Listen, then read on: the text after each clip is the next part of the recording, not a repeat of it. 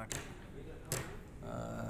राष्ट्रीय महासचिव नमो सेना भारत और राष्ट्रीय संगठन मंत्री अखिल भारतीय सनातन परिषद, जिसके कि संस्थापक श्री महंत रविंद्र पुरी जी महाराज हैं, जो कि आपके अखिल भारतीय अखाड़ा परिषद के भी अध्यक्ष हैं।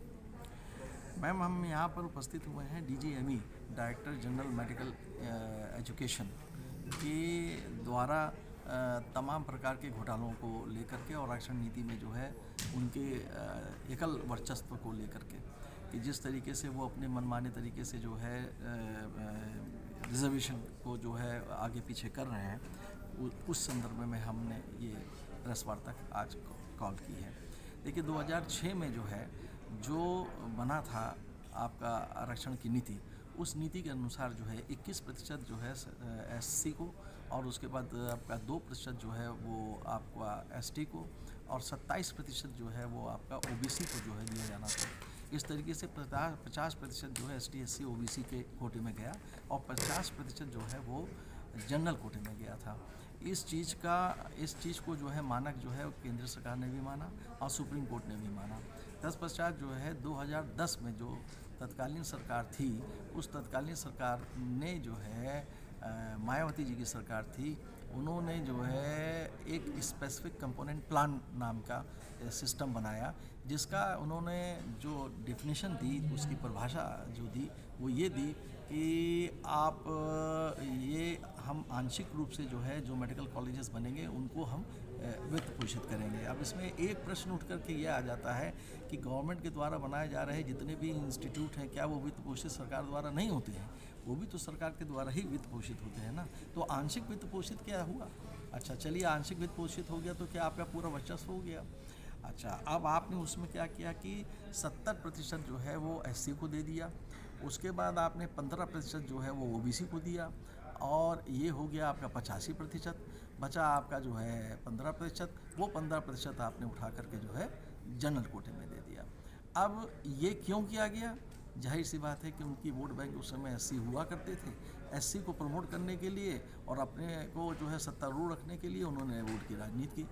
अब वर्तमान में 2010 से लेकर के 2025 हो गया। अब आप सोचिए कि 10 सालों में जो है कितने हज़ार बच्चों का जो है, सवर्ण बच्चों का जो इंटेलिजेंट थे, इंटेलेक्चुअल्स थे, टॉपर्स थे और वो बहुत अच्छा कर सकते थे, उनको उनके क्रियाकलापों से दूर रखा गया। वो एग्जामिनेशन ही नहीं दे पाए, अपीयर ही नहीं कर पाए।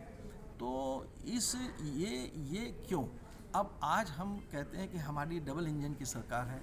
अब डबल इंजन की सरकार में जो है प्रदेश की सरकार और राष्ट्र की सरकार दोनों एक हैं। सुप्रीम कोर्ट ने भी इसमें अपनी मोहर लगाई कि साहब ये जो कार्य हो रहा है ये गलत हो रहा है। भारत सरकार कह तो रही है कि साहब गलत हो रहा है, लेकिन इस पे अंकुश कोई भी नहीं है।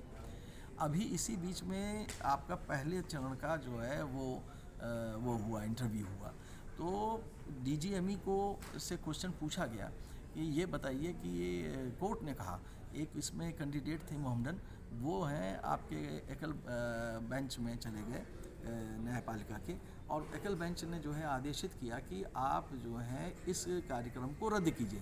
तो DGME ने जो है भ्रम पैदा किया कि साहब ऐसा है कि पहले चरण का जो है वो हो चुका है, इंटरव्यू हो चुके हैं और सारी सीटें भर गई हैं, जबकि दूसरा तीसरा सब ये बचा हुआ है, तो सीटें कहाँ से भर गई हैं? और अगर हम इसमें फिर से इसको कराएंगे तो अफरा तफरी मच जाएगी। इसलिए ऐसा करें कि जो कोर्ट में गया है उसको हम अम्बेडकर नगर की एक सीट दे देते हैं।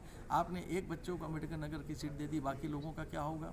अच्छा, इन चारों जो आपके ज़िले हैं, इन चारों ज़िलों में टोटल सीट जो है 340 हैं और 340 का हमारे पास 50% कोटा का लागू होता तो 170 सीट होती, जबकि आज हमारे पास केवल 28 सीट हैं।